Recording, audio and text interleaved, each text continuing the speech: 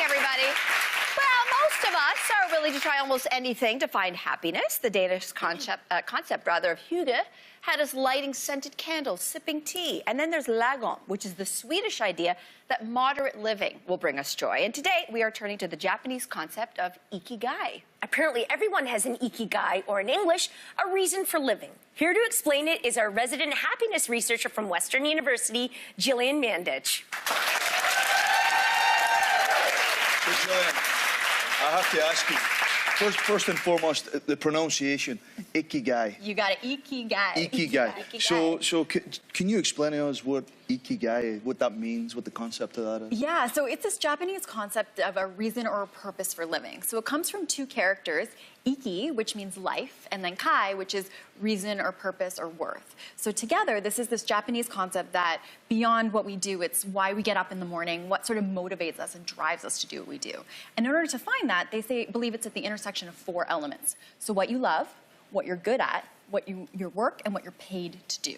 Oh. Right in the intersection of all of those, that's your Ikigai. I love a good Venn diagram. Yeah, there it is. So is the meaning similar to like happiness? Like, is it, or how is it different? Yeah, so it's very similar to our concept of happiness, except the difference is in the nuance. So Ikigai kind of looks at your big picture perspective of your life, whereas happiness tends to be more in the moment. So the Japanese believe that it's the culmination of all sorts of small things over time that give you this happy, meaningful, worthwhile life, which is in contrast to our culture here in North America, where happiness is promoted as when you get that job, when you have that car, that house. So when we look in terms of the happiness research, it supports this concept of Ikigai as well, because it really is the small things done every single day that add up to give us happiness and meaning in our life. I want to go back to that diagram for a second, because 3/4 of that is about you personally, what you're good at, what you love, what you can be paid for. But then we see that other element, which is what the world needs. So that is something that really is outside of yourself. Empathy kicks in. So explain that part of it. Yeah, empathy is a really huge part of Ikigai, because the reality is we live in a global community, and there are so many challenges in the world beyond what is going on within ourselves. And when we look to the research and we help other people, not only does it help them, it also helps ourselves. So whether the issues that personally inspire us, or looking at poverty or climate change or human rights issues, it's really about finding something that goes beyond ourselves, recognizing we're in a global community and we really are all in this together and we're better together. So when we focus on helping other people, it boosts our happiness and our purpose as well as other people. Wow. Okay. So humankind has been asking what is the meaning of life for a very long time now. But knowing that purpose is meaningful is great and everything, but how do you figure out what your own purpose, your own Ikigai is? It just seems so rare. It isn't. So the Japanese, they believe that when you determine your Ikigai, it requires like long, deep introspective work. So you could look at that Venn diagram and sort of look at what is in the intersection for you. You can make a list of all the things and try to figure it out. When we look, there was research done with people in Japan, and 51.4% of them found their Ikigai from hobbies, leisure, or sports. Okay. And 34.3% found it from work or study. So if you're trying to figure it out for yourself, you can go through and make a list. Sometimes people can look at when they find flow. So flow is that state where you're lost and you're almost timeless, right? And so notice what you're doing when you're in flow, because that could give you a really good indication. You can also, sometimes make it really simple and ask yourself, like, what do I love to do? Why do I get up in the morning? Or what do I really care about in the world? And how can I focus on that? Because that can lead you towards your Ikigai. The really critical thing, there are two, is that your Ikigai isn't fixed. So it can evolve over your life. Okay. And secondly, Ikigai means purpose in action. So beyond figuring it out, the really critical piece is how do you take that and every single day take action to move towards your Ikigai?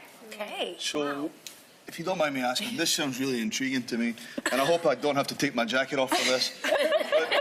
But what type of things can I do to bring out my inner Ikigai? And just on a daily basis. How do I get started?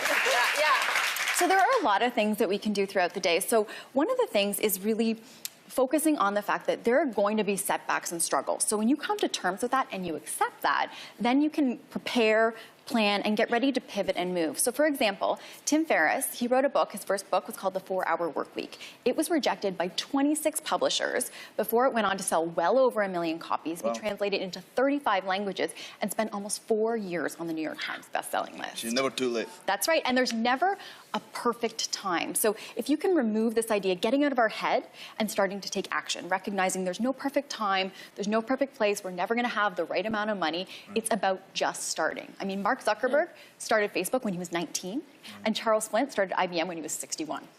And I'm starting Ikigai today. That's right. What do you say? I think you found it. Yours. Yeah. Okay, let's go to Okinawa, Japan. That's where people have one of the longest lifespans in the entire world. And those people who live there find that you're finding your Ikigai. They say that is the key to a longer, healthier life. Is there science to back up this idea that having a purpose and longevity and health go hand in hand? Yes. So there's so much we can learn from cultures all around the world. And it's a really good idea to see who's doing it well and study from them. So there are these areas in the world called blue zones. And what those are people that live a really long time, one of which is in Japan. And they have a really high number of centenarians. So when researchers started studying them and learning what was going on, nutrition and diet play a huge role. And one of the other really important factors is their Ikigai. So they have a purpose or a reason for life. And so for us, knowing that and looking all 5 blue zones, even if they don't have the word Ikigai, they all have this concept of having purpose or meaning. Because even when we look to the research, this is supported because people that don't have purpose, not only is it detrimental physically, but also mentally in our life. And this is consistent across generations too, which I think is really interesting. 21% of millennials, 21% of Gen X, and 23% of baby boomers all say that having a purpose is a really important long-term goal in their life. Well, speaking of long-term goals, here in the Western world, our focus is usually about how are we going to prepare for our futures and retire. But in Japan, there's no word, I understand, for retirement. So do the Japanese just not retire? Yeah, so in Japanese, there isn't the same. Forever. They don't have a word that means retire like we do in English. And part of that is because they recognize that their Ikigai is more encompassing than just their job. And this is really important because oftentimes we see that when people retire, they lose their sense of purpose or meaning and they feel empty. So when we look at really focusing on outside of our work, what leisure, what recreation helps us can benefit. And even you look at tribes with people that are elderly that teach other people, it gives them meaning, it gives them purpose beyond themselves and to create more of a sense of community around what they've learned. Gillian, thank you so much. Thank you. On the road to finding our Ikigai. For another look at all of this information, head to thesocial.ca right after the show. And don't go anywhere, we'll be back in a flash.